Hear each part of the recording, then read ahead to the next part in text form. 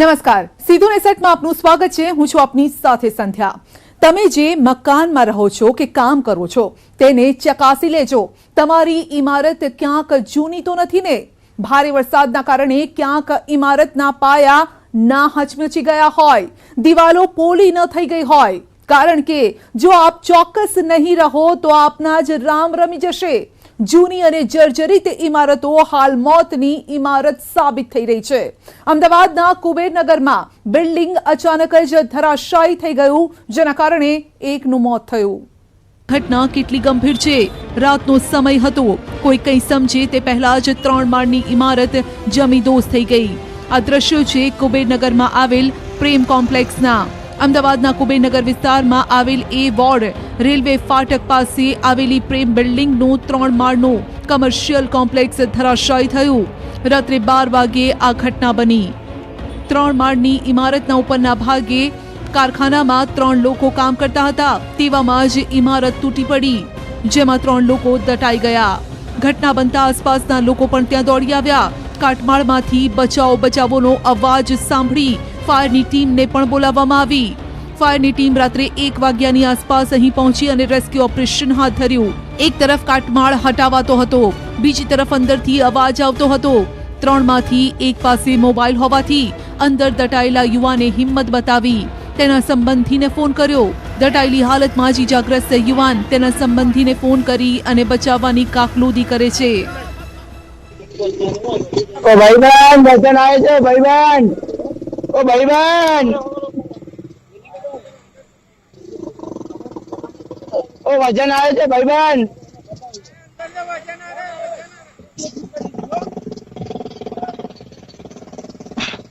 Hello, हाँ तो बोलो। लच्छू भाई कंबल। हाँ हाँ निकाल रहे हो भाई, चिंता नहीं करो, निकाल ले, हिम्मत रखो, सब तैयारी है। भैया नीचे जबला है पूरा। हाँ हाँ निकाल रहे हैं, चिंता मत करो आप।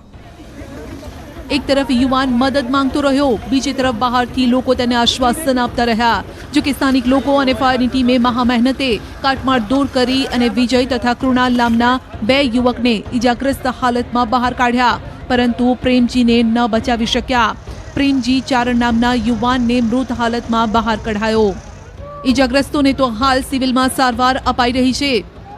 કુબેરનગરમાં 2 માળનું જે મકાન છે તે મોડી રાત્રે ધરાશયી થયું હતું, તેને પગલે ફાયર બ્રિગેડની બચાવ ટીમને બચાવ કામગીરી કરી હતી। મોડી રાત્રે 2 લોકોને ઇજાગ્રસ્ત હાલતમાં બહાર કાઢવામાં આવ્યા હતા અને જે એક વ્યક્તિ છે તેનું આ કાટમાળમાં દબાઈ જવાથી મૃત્યુ નીપજ્યું છે। આ દ્રશ્યમાં જોઈ રહ્યા છો કે આ જે મકાનનો કાટમાળ છે તે અત્યારે ફાયર બ્રિગેડ અને એએમસીની ટીમ દ્વારા અત્યારે તે કાઢવામાં આવી રહ્યો છે। બીજી તરફ વાત કરવામાં આવે તો આજે 3 લોકો હતા કે જે લોકો આ મકાનમાં ફસાયા હતા, તે લોકોને મોડી રાત્રે બહાર કાઢવામાં આવ્યા હતા। જ્યારે મૃતક વ્યક્તિ છે પ્રેમજી નામનો જે યુવક છે તેને વહેલી સવારે તેની ડેડ બોડી કાઢવામાં આવી હતી અને હાલ તેને પોસ્ટમોર્ટમ માટે સિવિલ હોસ્પિટલ લઈ જવામાં આવ્યો છે। પરંતુ જો બીજી તરફ વાત કરવામાં આવે તો ખૂબ જ ગીચ ભર્યો આ વિસ્તાર છે અને આ દ્રશ્યોમાં પણ જોઈ રહ્યા છો કે જે તમામ લોકો છે તે લોકો આ ઘટનાને પગલે અહીંયા એકત્રિત થયા છે અને ક્યાંક ને ક્યાંક સોશિયલ ડિસ્ટન્સનો અભાવ જોવા મળી રહ્યો છે।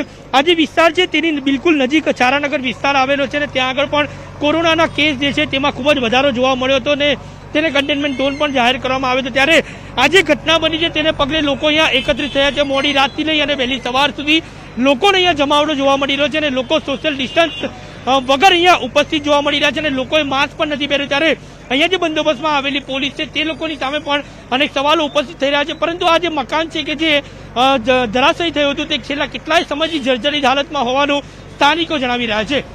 પરંતુ મૃતકના પરિવારજનોનો આક્ષેપ છે કે આ બિલ્ડિંગ જોખમી બન્યું હતું, છતાં પણ કોઈ ધ્યાન આપતું ન હતું। રાતના રાતે મારા ભત્રીજા કામ કરતા હતા અને આ બિલ્ડિંગ અચાનક જ પડી। એમાં તો બિલ્ડિંગનો જો ગુનેગાર કહેવાય, નીચેથી પિલર હતા એ કાઢી નાખ્યા હતા।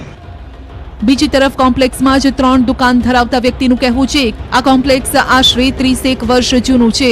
ઉપરથી મશીન ચાલતા હોવાથી વાઇબ્રેશન થયું અને જેના કારણે આ ઘટના બની, જેમાં ઘનશ્યામભાઈનું 12 થી 15 લાખનું નુકસાન છે। મારે 3 દુકાન પ્રેમ માર્કેટમાં હતી અને ઉપર 3 માળ બનાવી હતી। એ મારી નથી, ઉપર મારી 3 દુકાન નીચેવાળી હતી, એટલે ઉપર મશીનો અને પેલા ભરત કામ અને એના લીધે વાઇબ્રેશન થયું, આખી બિલ્ડિંગ આવીને પડી ગઈ। જો કે આ કોમ્પ્લેક્સમાં જેની કાયદેસર દુકાન છે તેવા લોકો જ કહી રહ્યા છે કે ઇમારતમાં ગેરકાયદેસર કામ થતું હતું, ત્યારે સવાલ એ થાય છે ઇમારતોમાં ઉપર વધુ માળ લેવાની પરમિશન કોણે આપી? કેટલા સમયથી ગેરકાયદેસર કામ ચાલતું હતું? શું આ ઇમારત ભારે મશીન સામે ટકી શકે તેમ હતી? ગેરકાયદેસર કામ અંગે કોઈએ ફરિયાદ કેમ ન કરી? હાલ આ ઘટનાને લઈને જાણવા જોગ પોલીસ ફરિયાદ નોંધાઈ છે. મૃત્યુ બાબતે પણ અકસ્માતે ગુનો નોંધવામાં આવ્યો છે. હાલ આ જે બિલ્ડિંગ પડી ગયું છે એટલે જાણવાજોગ દાખલ કરી છે અને એક વ્યક્તિનું મરણ થયું છે એટલે ઈડી દાખલ કરેલ છે અને એની તપાસ હાલ ચાલુ છે. કોઈ પણની જો બેદરકારી આવશે આ બાબતે તો તેમને બધું જ કાયદેસરની કાર્યવાહી કરવામાં આવશે. આપને જણાવી દઈએ કે આ કોમ્પ્લેક્સમાં કુલ 9 દુકાનો જમીદોસ થઈ છે, ત્યારે જર્જરિત કોમ્પ્લેક્સને લઈ કોઈ નોટિસ અપાઈ હતી કે કેમ તે સવાલ છે. આ સમગ્ર ઘટના મામલે એએમસીના અધિકારીઓ સાથે વાત કરવાનો પણ પ્રયાસ કર્યો, પરંતુ તેઓ અત્યારે કંઈ જ કહેવા તૈયાર નથી. છેલ્લા 5 દિવસમાં કોટ વિસ્તારમાં જ મકાન પડવાની આ બીજી ઘટના છે, ત્યારે સવાલ એ થાય છે કે શહેરમાં જર્જરિત બિલ્ડિંગોને નોટિસ આપવાની તો દૂર, આવી ઘટનાઓ ભવિષ્યમાં ન બને તે અંગે પણ શું તંત્ર કોઈ રણનીતિ ઘડશે? હરમેશ સુખડિયા, ન્યૂઝ 18 ગુજરાતી, અમદાવાદ. 5 દિવસ પહેલા પણ અમદાવાદમાં આવી જ એક ઘટના ઘટી હતી. શહેરમાં કોટ વિસ્તારમાં જર્જરિત મકાન પડી ગયું, જેના લાઈવ દ્રશ્યો સામે આવ્યા. જો કે એ ઘટનામાં કોઈ જાનહાનિ ન થઈ, પરંતુ સવાલ એ છે કે તંત્ર કેમ ન જાગ્યું? કોર્પોરેશનનું નઘરોડ તંત્ર પ્રી મોન્સૂન કામગીરીના નામે કેમ આળસ ખંખેરતું નથી? શું હજુ પણ કોઈ મોટી દુર્ઘટનાની રાહ?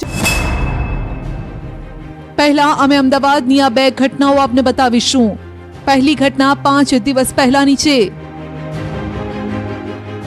જેમાં મકાનને પડતું આપ લાઈવ જોઈ શકો છો, જ્યારે કે બીજી ઘટના ગુરુવારની છે, જેમાં એક વ્યક્તિનું મોત થયું છે. પણ આ બંને ઘટના બાદ પણ કોર્પોરેશન હજુ ઊંઘમાં છે. અમદાવાદ મ્યુનિસિપલ કોર્પોરેશનને હંમેશા ઘોડા નાસી ગયા પછી તાળા મારવાની ટેવ હોય તેવું લાગી રહ્યું છે, કારણ કે અમદાવાદની અંદર અનેક એવા જર્જરિત મકાન છે કે જ્યારે હવે વરસાદની સિઝન પૂરજોશમાં શરૂ થઈ ગઈ છે ત્યારે મકાનો પડવા લાગ્યા છે. અનેક હજી મકાનો પણ જર્જરિત હાલતમાં છે, જે ગમે ત્યારે પડી શકે તેવી હાલતમાં છે. છતાં પણ કોર્પોરેશન દ્વારા કોઈ પણ પ્રકારનું અહીંયા ધ્યાન આપવામાં આવતું નથી. માત્ર કોર્પોરેશન એક નોટિસ લગાવીને પોતાની જવાબદારી પૂર્ણ થઈ હોય તેવું માની રહ્યા છે. એક બે નહીં પરંતુ અનેક પોળો એવી આવેલી છે કે જ્યાં વર્ષો જૂના ખંડેર મકાનો છે, જે ગમે ત્યારે પડી શકે છે. છતાં કોર્પોરેશનના કોઈ જ અધિકારી કામ કરવા માટે તૈયાર નથી. પરિણામે લોકો ભયના ઓથાર હેઠળ જીવવા માટે મજબૂર છે.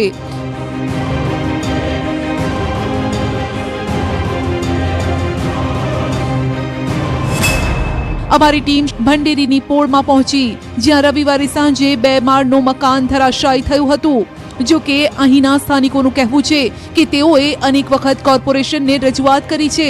મકાન માલિકને પણ અનેક વખત તેઓ કહી ચૂક્યા છે કે આ ભયજનક મકાન તોડી પાડો, પરંતુ કોઈ જ તસદી લેવા તૈયાર નથી. 4-5 વર્ષથી મકાન અડી રહ્યું હતું. અમે એમને ફરિયાદ કરી છે, પણ મકાન માલિક અમને ધાજ નથી આપતા. અમે પોતે કોર્પોરેશનને અરજી કરી હતી, પણ તોય ઉતારી ગયા નથી. કાલે થોડું પડતું હતું, પછી એક મોટો ઢેખારો પડ્યો, પછી નાનો પડ્યો, પછી મારો બાબો ગયો ખસેડવા આમની લારી શાક વેચવાવાળાની, તો એ ખસેડવા ગયો, એ ભેગું પડી ગયું. પછી મારો બાબો દોડતો ભાગી ગયો, એનો મોબાઈલ અંદર પડી ગયો છે. એ મકાન માલિકને ઉતારી દે, આજુબાજુવાળાને તકલીફ ન થાય. બાજુમાં એક બેન રહે છે, એમનું કોઈ પરિસ્થિતિમાં કોઈ કરે એવું નથી, તો એમનું ઘર અડી રહ્યું છે. અત્યારે અમે એમને સગવડ આપી છે રહેવા માટે.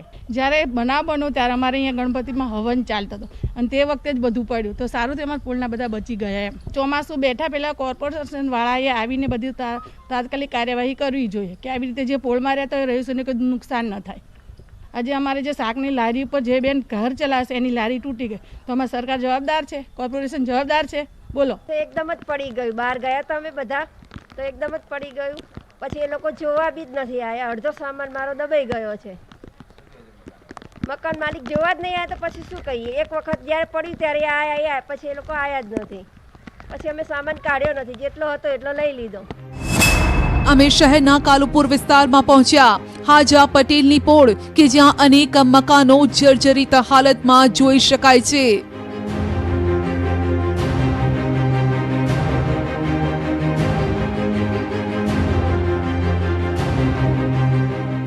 મકાનોના શું હાલ છે તે આપની નજરોની સામે જ છે. અહીંના સ્થાનિકોનો પણ આરોપ છે કે મકાન ગમે ત્યારે પડી શકે, તેમના જીવને પણ જોખમ છે. પરંતુ જ્યારે કોર્પોરેશનના અધિકારીને ફોન કરે છે ત્યારે સુફિયાણી સલાહ આપે છે. મારા મકાનની આજુબાજુ લગભગ 9 મકાન છે આવા સરાઉન્ડરમાં, જે લગભગ જર્જરિત હાલતમાં છે. અવારનવાર કોર્સમાં રજૂઆત કરી છે મેં કે આ મકાન જોયેલું તમે, એ કોઈ સાંભળતા નથી. અત્યારે મારા મકાનની હાલત એવી છે કે મારું મકાન પડી જશે, એ હાલત છે. ને મ્યુનિસિપાલિટી મેં ફોન કર્યો મેં સાહેબને, તો કે મેં સાહેબ મકાન એવું કીધું કેરન બધા જતો રહો, બોલો મ્યુનિસિપાલિટી જવાબ જો આપે મ્યુનિસિપાલિટી સર આ નોટિસ આપી છે કે પગલાં લેવા છે કાયદેસર, નહીં કોઈ જવાબ નહીં. મ્યુનિસિપાલિટીના અધિકારી ખાલી કોમર્શિયલમાં જ રસ છે કે મકાન તોડી કોમર્શિયલ બની જાય પૈસા મળે, મ્યુનિસિપાલિટી રસ્તે કે સાહેબ. મારી બાજુમાં મકાન છે, આખું એ થઈ ગયેલું છે ખંડેર, અંદરથી બધું જ ઉધાઈ બુધાઈ થઈ ગઈ છે અને હાવ ખખડી ગયું છે. અને ઘણી વાર તો અમારા માથા ઉપર એ ઢેખલા પડ્યા છે, પણ કહેવા ગયા છે પણ રિપેર નથી કરાવતા, બતાવીને જતા રહે છે. અને હું કહેવા જઉં છું કે આજે કરાવીશું ને કાલે કરાવીશું. એક તરફ સાંકડી ગલીઓ અને બીજી તરફ જર્જરિત મકાનો. સ્થાનિકો હવે અહીં રહેતા પણ ગભરાઈ રહ્યા છે, પણ કરે પણ શું? તેમની પાસે બીજો કોઈ આશરો જ નથી. જવું તો ક્યાં જવું? એવી હાલતમાં સતત ભયના ઓથાર હેઠળ જીવી રહ્યા છે, કારણ કે તેમના માથે સતત મોત ભમી રહ્યું છે. ગત વર્ષે પણ અમરાઈવાડીમાં 3 માળનું મકાન ધરાશાયી થયું હતું. તેના આગળના વર્ષે પણ ઓઢવમાં હાઉસિંગ બોર્ડના મકાનનો આખો બ્લોક પડી ગયો હતો, જેમાં અનેક નિર્દોષ લોકોએ જીવ ગુમાવ્યો હતો. અમદાવાદ શહેરમાં અનેક જર્જરિત મકાનો આવેલા છે. શહેરમાં ચોમાસાની સિઝન શરૂ થતાં જ જર્જરિત મકાનો પડવાનો સિલસિલો પણ શરૂ થઈ જાય છે. કોટ વિસ્તારમાં તો ગણતરી થાય તેમ જ નથી. ગમે ત્યારે મકાન પડી શકે અને કોઈનો પણ જીવ જઈ શકે. જો કે કોર્પોરેશનના અધિકારીનું કહેવું છે કે ચોમાસાની સિઝન શરૂ થતા પહેલા જ ફિલ્ડ વર્ક કરી અને આવા મકાનોને તોડી પડાય છે. પરંતુ અધિકારીની વાતમાં કેટલો દમ છે તે આપની સામે જે દ્રશ્યો છે તે જ બતાવી રહ્યા છે. મારો જે ફિલ્ડ સ્ટાફ છે કોર્પોરેશનનો, એ ફિલ્ડ સ્ટાફ બી રૂટીનમાં રસ્તાઓ પર ને બધે જે ફરતા હોય ને ત્યાં એમના ધ્યાન પર પણ આવે તો એ મકાન સંદર્ભે એવું કંઈ ભયજનક લાગે કે રિપેરિંગ પાત્ર લાગે તો જે કાયદાકીય જોગવાઈ છે, જીપીએમસી એક્ટમાં પણ જોગવાઈ છે, 264ની કલમ પ્રમાણેની નોટિસ આપતા હોઈએ છીએ. એમને એક પ્રકારની જાણ કરીએ કે ભાઈ માલિક જે હોય એ લોકો એમાં એ પ્રમાણે જે સ્ટ્રક્ચરલ કંઈ કામગીરી કરવાની હોય, રિપેરિંગ કરવાનું હોય તો એ એને સમય મર્યાદામાં કરાવી લે. અમદાવાદ મ્યુનિસિપલ કોર્પોરેશનને જાણે કે ઘોડા નાસી ગયા પછી તબેલાને તાળા મારવાની ટેવ હોય તેમ જ લાગે છે. કુબેરનગરની ઘટના બાદ પણ તંત્ર કોઈ નોંધ લેવા તૈયાર નથી. દુર્ઘટના બને તો દેખાડો કરવામાં અને દુઃખ વ્યક્ત કરવા સિવાય તંત્રને બીજું કંઈ જ નથી આવડતું. અમદાવાદ શહેરની જો વાત કરીએ તો શહેરમાં 824 મકાનો જર્જરિત હાલતમાં છે, જેમાંથી અત્યાર સુધી માત્ર 46 મકાનોને જ ઉતારી દેવાયા છે. એટલે કે આપ સમજી શકો છો કે પોણા 800 જેટલા મકાન હજુ પણ જર્જરિત છે, જે ગમે ત્યારે પડી શકે છે.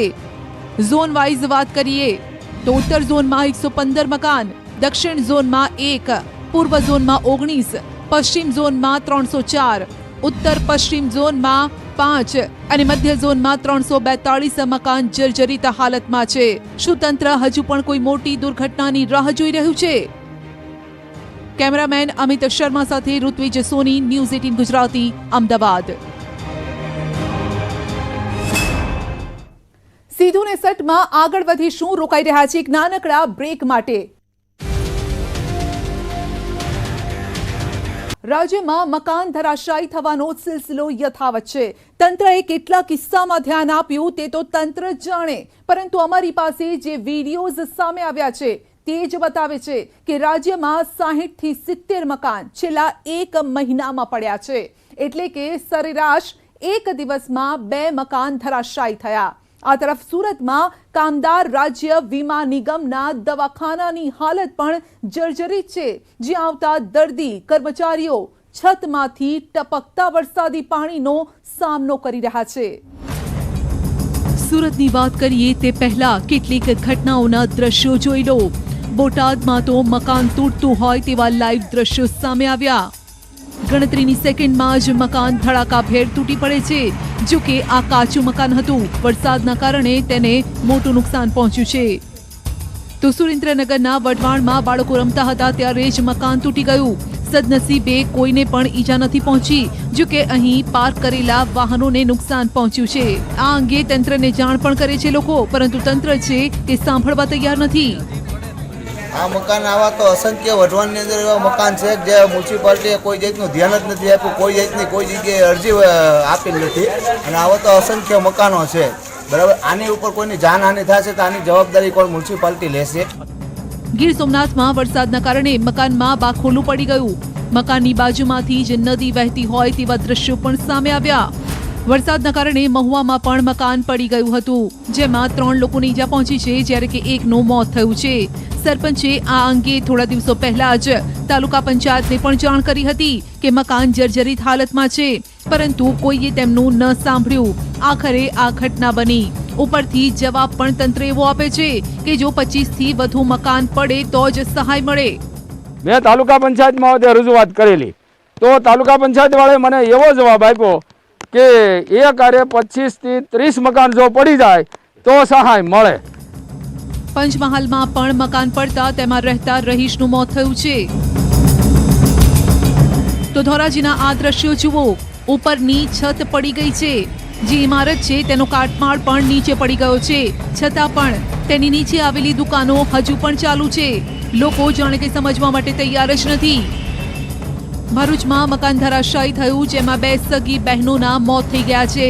પરિવાર પર જાણે કે આપ તૂટી પડ્યું છે। તો તાપી, ભાવનગર, ધારી, મોરબી, દ્વારકા, ડભોઈ, સુરત, અમદાવાદ અને વડોદરામાં આવા કાચા પાકા અનેક મકાનો ધરાશાયી થઈ ગયા છે, જેની નુકસાનીનો અંદાજ આવી શકે।